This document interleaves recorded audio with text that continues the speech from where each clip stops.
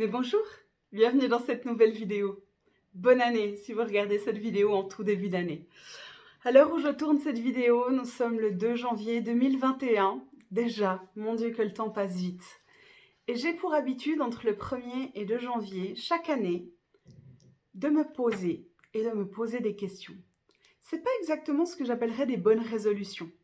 Les bonnes résolutions sont en général empreintes de plein de bonnes intentions et on ne les tient pas souvent. Par contre, ce que je fais, c'est que je fais un véritable état des lieux de ma vie. Je regarde quels sont mes objectifs, mes rêves, mes aspirations. Je tire des véritables conclusions de l'année qui s'est écoulée et j'essaye de me fixer de véritables objectifs pour l'année à venir. Tout pour moi part de cet exercice que je vous ai déjà à plusieurs reprises présenté, que ce soit sur Instagram ou dans d'autres vidéos sur cette chaîne, la roue des 10 niveaux de vie, où on va prendre plusieurs secteurs de vie, j'en ai personnellement 12, et où on va se poser la question, ok, au jour d'aujourd'hui, selon mon propre ressenti, pas selon la pression de ma famille, de la société ou quoi que ce soit, selon mon propre ressenti, où est-ce que je me situe? Est-ce que je suis à un niveau de satisfaction 10 sur 10? C'est génial, j'ai accompli absolument mon rêve dans ce domaine. Ou est-ce que, sincèrement, je galère? Et on va se graduer, s'auto-graduer, sans aucun jugement, juste par constatation, dans tout ça. Je ne vais pas m'étaler sur cet outil parce que j'aimerais aujourd'hui vous présenter autre chose. Une série de questions auxquelles je réponds chaque année, qui m'aide énormément. C'est mon bilan annuel. Attention, je vous le montre furtivement. Il y a beaucoup de questions.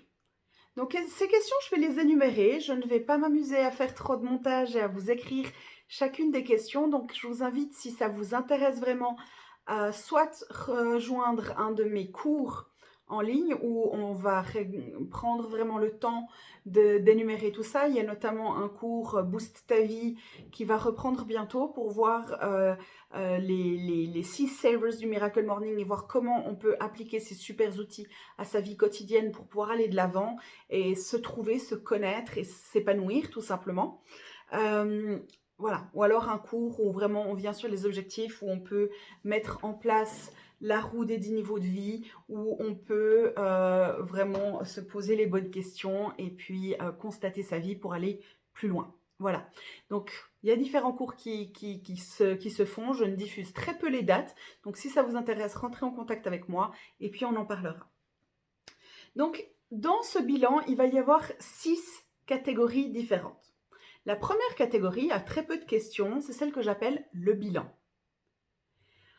On va se poser déjà, pas une question, mais écrire une phrase complète, une maxime, ce que vous voulez, une phrase qui résume l'année que vous venez de vivre. Ne mettez pas pour 2020 juste cataclysmique ou un mot fort, déprimant. Faites vraiment une phrase qui résume l'année que vous avez vécue. Il peut y avoir des virgules dans votre phrase, mais faites vraiment une phrase qui va résumer tout ça. Ensuite, vous allez vous poser la question, ai-je tenu mes objectifs de l'année? Si j'observe la 2020, est-ce que j'ai tenu mes objectifs? Si oui, alors détaillez ou écrivez brièvement comment vous avez réussi à tenir vos objectifs. Si vous ne les avez pas tenus, dites sur votre feuille pourquoi vous ne les avez pas tenus. Il y a toujours une raison, même si c'est de l'oisiveté, de la procrastination, c'est une raison, mais notez-la. Tout ce qui est mis dans la lumière a moins de pouvoir, donc notez c'est pourquoi. Le deuxième secteur de questions, je l'ai appelé les victoires. Première question à se poser, c'est qu'ai-je réalisé d'important sur moi-même durant cette année? Chaque année, on vit des choses. Cette année a été particulièrement défiante et difficile pour la population mondiale, mais chaque personne vit des déceptions, des joies, des challenges, qu'ils soient remportés ou non. Chaque personne vit une quantité incroyable de choses chaque année. Donc, posez-vous la question, qu'est-ce que vous avez réalisé d'important sur vous-même cette année? La deuxième question, qu'ai-je fabriqué dont je suis fière? On a besoin de faire des choses. Alors, certains sont très manuels, bricoleurs, certains auront même construit, je ne sais pas, quelque chose de grand. En ce qui me concerne, je fais beaucoup de couture, donc j'ai plein de petites réalisations dont je suis fière. Mais ça peut aussi être, je ne sais pas, une recette de cuisine que vous avez inventée ou que vous avez innové, quelque chose que vous avez fabriqué de matériel et dont vous êtes fier. Troisième question, c'est où ai-je fait des progrès cette année? Ça peut être dans un aspect émotionnel, ça peut être dans un domaine d'apprentissage, dans votre comportement, ça peut être dans plein de choses. Où est-ce que vous avez fait des progrès? Autre question, de quoi suis-je reconnaissant, reconnaissante? Même dans les années les plus compliquées, on peut toujours trouver des choses où on est reconnaissant. Donc notez ces choses-là. De quoi suis-je reconnaissant? Question suivante. Quel a été le plus grand challenge que j'ai remporté, que j'ai vaincu? Attention, pas le challenge qui vous a écrasé et dont vous ne sortez pas. Je ne veux pas que vous me parliez de vos problèmes, enfin que vous me parliez, que vous parliez de vos problèmes à vous-même. Pas dans cette question-là.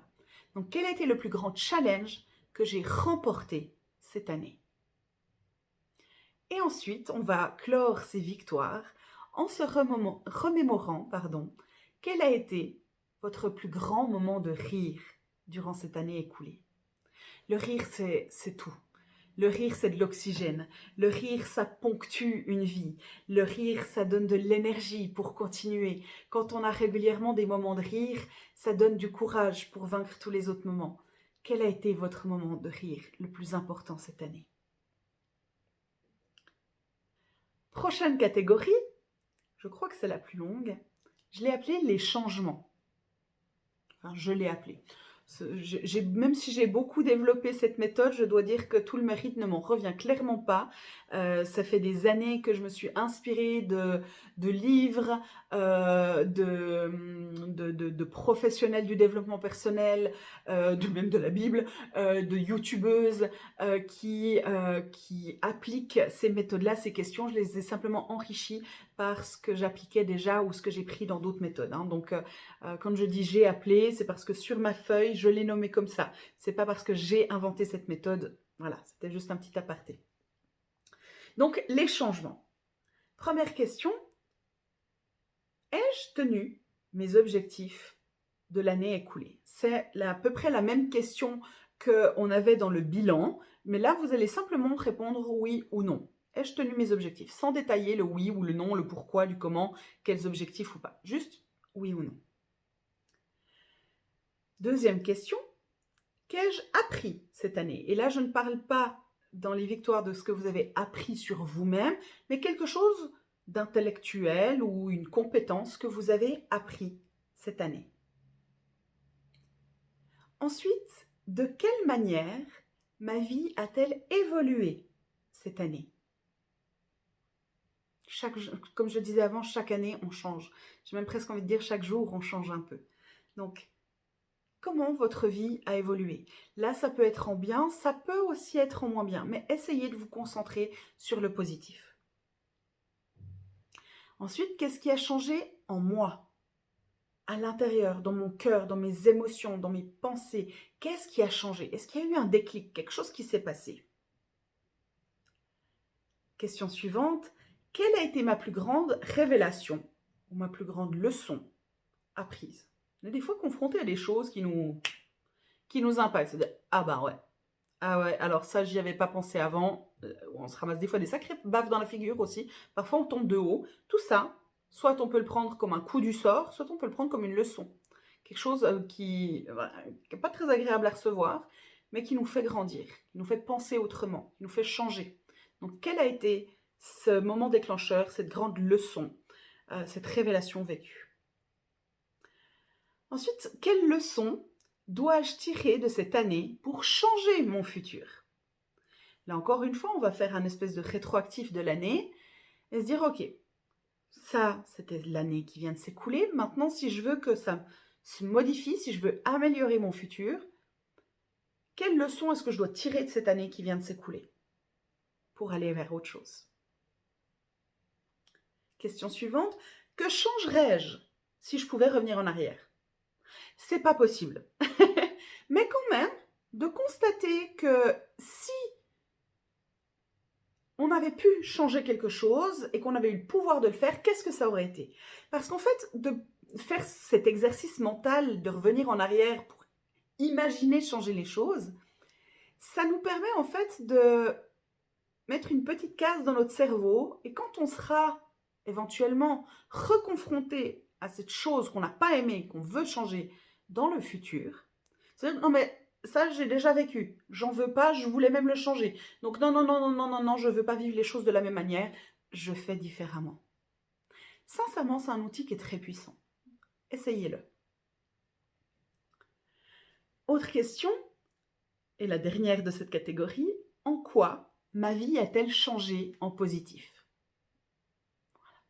Certaines questions, vous vous dites, mais en fait c'est la même, mais formulée autrement. Peut-être. Peut-être que chez certains, chaque formulation va exprimer quelque chose de très différent et que du coup, vous aurez des idées totalement différentes. Peut-être pour certains, c'est simplement pour vous la même chose exprimée de manière différente. Alors dans ce cas, répondez globalement à ce que ça vous inspire. Vous n'avez pas besoin de répondre à chacune des questions. Moi, je le fais parce que chaque question est pour moi très différente. Mais si pour vous, deux questions veulent dire la même chose, eh bien, ne vous torturez pas avec ça. Répondez simplement, vous en mettez 2 ou 3 dans une et répondez comme vous le voulez. Le but, c'est de vous poser les questions et d'avancer. Prochain secteur que j'ai appelé les libérations. Que suis-je prêt à lâcher de mon passé? On traîne beaucoup de choses, beaucoup de gens, beaucoup de souvenirs, beaucoup d'émotions. Et ces choses vont de toute façon faire partie de notre mental, parce qu'on n'efface pas complètement son passé. Mais par contre, on peut être prêt à lâcher pour que le poids du passé ne soit pas le même. Donc, qu'est-ce que vous êtes prêt à lâcher, à laisser en 2020 pour avancer en 2021? Ensuite, quelles sont les choses, les émotions ou les personnes inutiles pour ma vie future? Pour certains, d'entendre que des gens dans leur entourage, même dans leur famille, peuvent être inutiles pour leur vie future, c'est difficile à entendre. Chaque personne a sa valeur, chaque personne a son utilité. Mais clairement, il y a par moments dans la vie des gens qui ne vous sont pas utiles, qui sont plus toxiques qu'autre chose. Ça ne veut pas dire que vous ne pouvez pas continuer d'aimer ces personnes de loin, que vous ne pouvez pas, même de temps en temps, avoir un lien avec, mais qui a besoin de mettre de la distance. Je fais vraiment cet aparté sur les gens parce que c'est en général là où les gens sont le plus heurtés quand on parle de personnes, mais c'est la même chose avec des choses, des objets ou des activités ou des émotions. On n'a pas besoin de garder, de conserver une importance à chaque chose ou chaque personne de notre vie tout le temps. Les choses peuvent sortir, rentrer, ressortir, re-rentrer dans notre vie. Faites en fonction de là où vous vous sentez en paix avec les personnes, les activités, les objets, les émotions qui vous font du bien, qui vous construisent. Tout le reste, on met de côté. Dernière question de ce secteur sur les libérations. Quelles sont les choses que j'ai mis en place ou les habitudes prises qui finalement ne fonctionnent pas? Certaines personnes font très très vite le tri. Ils essayent quelque chose, si ça ne fonctionne pas, ils passent. Parfois, on passe un peu trop vite en se disant « j'ai essayé de prendre une habitude, j'y arrive pas, tant pis ». Quand on a persévéré à mettre un outil en place parce que c'était une bonne résolution, un nouvel objectif qu'on voulait mettre en place, qu'on a vraiment persévéré, qu'on a essayé, peut-être des fois de manière différente, mais que pour soi, cela ne fonctionne pas, alors il faut le laisser tomber. Ou alors, essayez autrement. Si c'est quelque chose qui vous tient à cœur, mais que ça ne porte pas du fruit positif, Changez la manière de faire, de voir les choses, de vous organiser. Et peut-être que ça fonctionnera autrement. Demandez peut-être de l'aide à quelqu'un qui aura un autre éclairage. Mais voilà, qu'est-ce que vous avez mis en place? Quelles sont vos habitudes, vos bonnes résolutions, etc., qui ne fonctionnent pas et qu'il faut que vous fassiez autrement? On arrive à l'avant-dernier secteur, les intentions. Première question, sur quoi vais-je mettre mon énergie, mon focus l'an prochain? Vraiment un truc particulier ou un groupe de choses sur lequel vous voulez vraiment vous investir. Est-ce que vous allez vraiment investir, mettre votre focus dans les relations, dans le travail, dans la gestion de votre intérieur, dans le soin à vous-même, dans l'étude de quelque chose? Voilà, quel sera un peu votre secteur dans lequel vous allez mettre le plus d'énergie pour l'année à venir? Deuxième question, quelles seront mes priorités? Il y a des choses clairement qui sont pas utiles comment dire ça, à garder sur le premier niveau de nos intentions, de nos pensées tout le temps. Donc, quelles seront vraiment vos priorités? Et j'aime beaucoup cette question parce qu'en fait, si je sais où sont mes priorités, ça va définir clairement tout mon agenda. Les choses qui sont importantes pour moi, je leur accorde du temps. Je vais aménager du temps pour me former dessus. Ou si c'est pour des personnes, je vais leur accorder du temps dans mon agenda. Et pas juste me dire, j'aime vraiment très fort cette personne, j'ai envie de la voir, mais j'ai jamais le temps. Non, si cette personne est importante et votre priorité, alors accordez-lui du temps. Les autres en ont moins. Accordez-leur moins de temps. Ça peut même valoir dire si votre famille est très importante pour vous, que c'est votre priorité, peut-être qu'il va falloir aménager votre travail autrement pour pouvoir accorder du temps à votre famille. Donc, quelles sont mes priorités? Ensuite, quels seront mes objectifs? Et là, clairement, je reprends ma roue des 10 niveaux de vie avec les 12 secteurs de vie que j'ai examinés. Et pour chacun, je vais tirer des objectifs très clairs, très concrets. Donc là, quels seront mes objectifs? Il peut y en avoir plein. C'est ce que généralement les gens appellent les bonnes résolutions. Ok, cette année, je veux faire ça, puis je veux ça, puis ça. Donc là, vraiment des objectifs très clairs, très concrets, où vous allez mettre des choses en place pour réussir à les obtenir. Dernière question de cette catégorie. Quelle sera ma phrase d'accroche, mon booster, mon mantra pour cette nouvelle année? Il y a des phrases comme ça, tirées de livres, tirées de sages populaires, d'artistes aussi peut-être, de Tata Yvonne, j'en sais rien, mais des phrases qui vous percutent. Et quand vous les entendez, ça vous motive. Ça vous donne vraiment la force nécessaire, l'énergie nécessaire pour avoir le bon mental, le bon état d'esprit, et puis savoir dans quel sens vous allez. Ça peut être écrit en grand quelque part, tu as de l'importance, tu as de la valeur, tu es beau, tu es belle. Ça peut être une citation par quelqu'un de connu. Pendant un temps, j'avais affiché cette phrase de Nelson Mandela qui a été reprise dans le film, je crois c'est Invictus.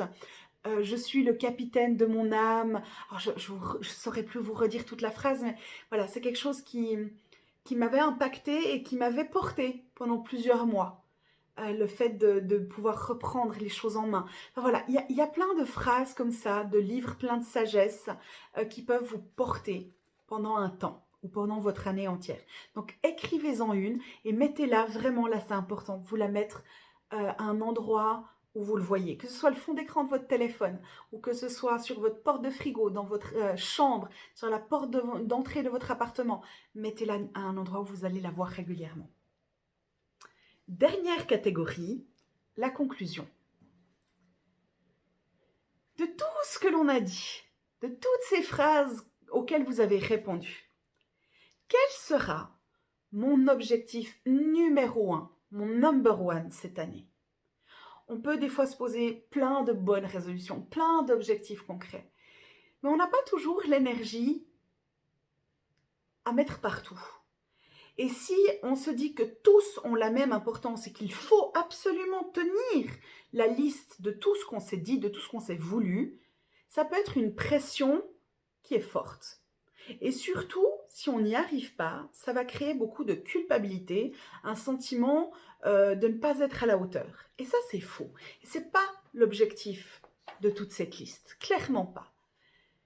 Donc, sortez comme une hiérarchie parmi vos objectifs de ceux qui sont les plus importants, là où vous allez mettre le plus d'énergie. On parlait tout à l'heure, où est-ce que je vais mettre vraiment mon focus, mon énergie cette année.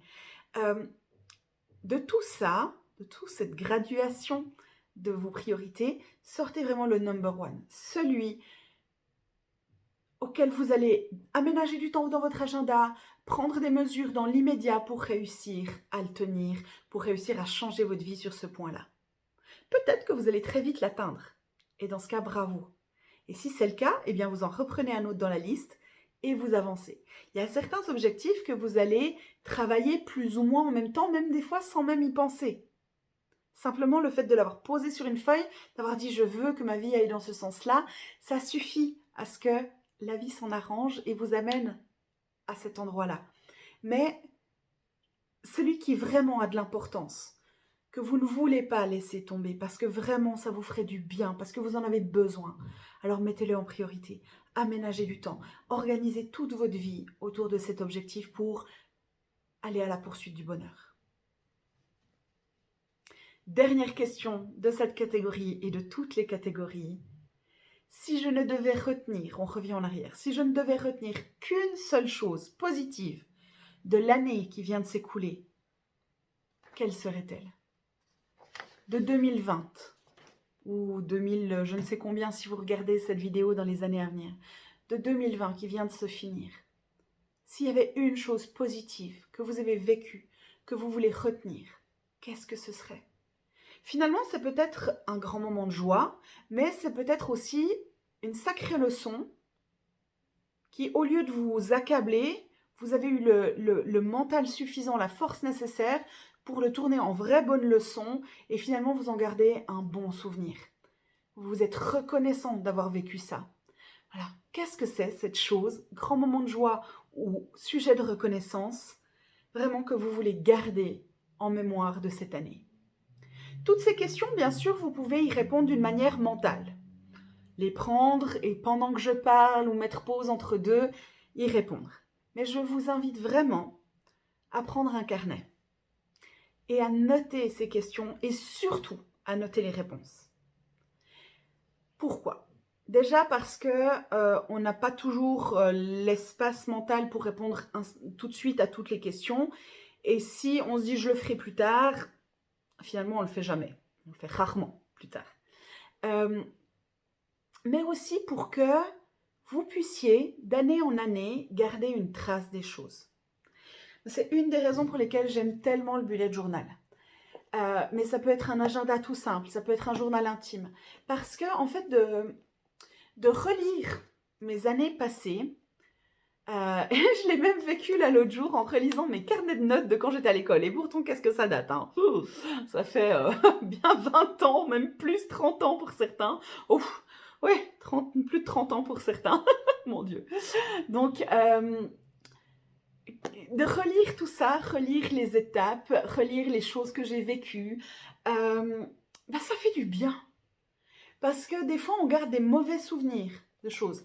Typiquement, si je reprends juste mes carnets, sans parler de mes bullet journal qui sont finalement assez récents, si je reprends mes carnets scolaires, j'avais toujours dans la tête l'idée que j'avais été une élève très mauvaise à l'école.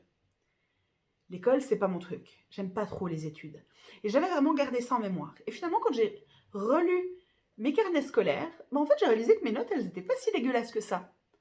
Et puis que mes profs, même si je trouve que certains m'ont très mal jugé, ils n'étaient pas très pédagogues, certains ont eu des mots d'encouragement qui finalement, si je les avais gardés en mémoire, m'auraient peut-être porté d'une autre manière. J'aurais peut-être eu plus confiance en moi si j'avais gardé tout ça en mémoire. Donc, c'est toutes des choses comme ça qui jalonnent notre vie et l'agenda est vraiment un témoin de cette vie qui passe, ou simplement des choses qu'on fait, des gens qu'on rencontre. Il y a souvent des notes gribouillées dans un coin sur des pensées qu'on a eues, etc. Et c'est une vraie richesse de pouvoir relire ces choses. Donc, avant de vous poser pour répondre à ces questions, relisez votre agenda 2020. Regardez ce que vous y avez vécu. Remémorez-vous les bons moments. Si vous voyez tout à coup barbecue, notez quelque part. Remémorez-vous avec qui vous étiez à ce barbecue. Qu'est-ce que vous avez pu y vivre? Si c'est Skype apéro, avec tous les apéros qu'on a pu vivre sur Skype, sur Zoom, etc. cette année. Ok, ben là, cette date-là, c'était avec qui? Qu'est-ce que j'ai fait? Ah ouais, on avait bien rigolé. Ou on avait parlé de tel sujet, c'était intéressant, je m'en souviens. Remémorez-vous ces choses. C'est toutes des choses positives qui ont vraiment fait partie de votre vie. Et de ce constat-là, de cette lecture d'agenda, de bullet journal, vous allez pouvoir répondre à toutes les questions sans garder qu'une image noire de l'année que vous venez de vivre, mais en ayant vraiment une idée un peu plus claire sur tout ce que vous avez vécu et pouvoir en tirer du positif. Vous remémorez les moments de joie. Voilà, je commence à tourner en boucle et à reformuler les choses de manière différente. Donc je vais vous laisser là. Bonne année, vraiment. En ce moment, je vois beaucoup de gens qui disent pourvu que 2021 soit meilleur que 2020. Sans paraître pessimiste, je fais partie des gens qui pensent que ça ne va pas spécialement s'améliorer en 2021. Par contre, je suis plus que persuadée que nos années sont ce que l'on en fait. Donc si vous voulez voir plus de positif en 2021, devenez plus positif. Si vous voulez voir de la joie dans votre vie, devenez de la joie, procurez de la joie à d'autres. Si vous voulez recevoir beaucoup, donnez beaucoup. Tout part de vous. Alors prenez soin de vous.